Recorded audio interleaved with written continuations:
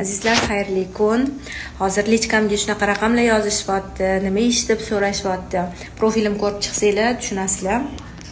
Haqiqatligini, haqiqatmi yo'qmi deyishyapti va meni videolarimni olib ko'pchilik foydalanadi, boshqa bizneslarga taklif qiladi, qanaqadir bir nimalar o'ylab topishadi. Aldanib qolmanglar.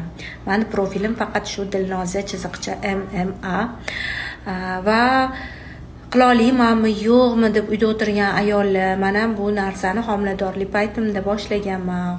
Farzandim shu yerda tug'ildi, katta bo'ldi, qila oldim. Va meni ko'rganinglar ham bekorga emas. Xudoyimdan so'ragan nimadir orzularingiz, tilaklaringiz bordirki, men sababli qanaqadir imkoniyatlardan foydalanishingiz kerak bo'lgandir. Hamma qila oladi. Hamma narsani noldan o'rgatamiz. O'rgataman komandamda va shu uchun menimcha 350 ming so'mdan biznes boshlash bu katta narsa emas. Yutqizmaysiz hech narsa.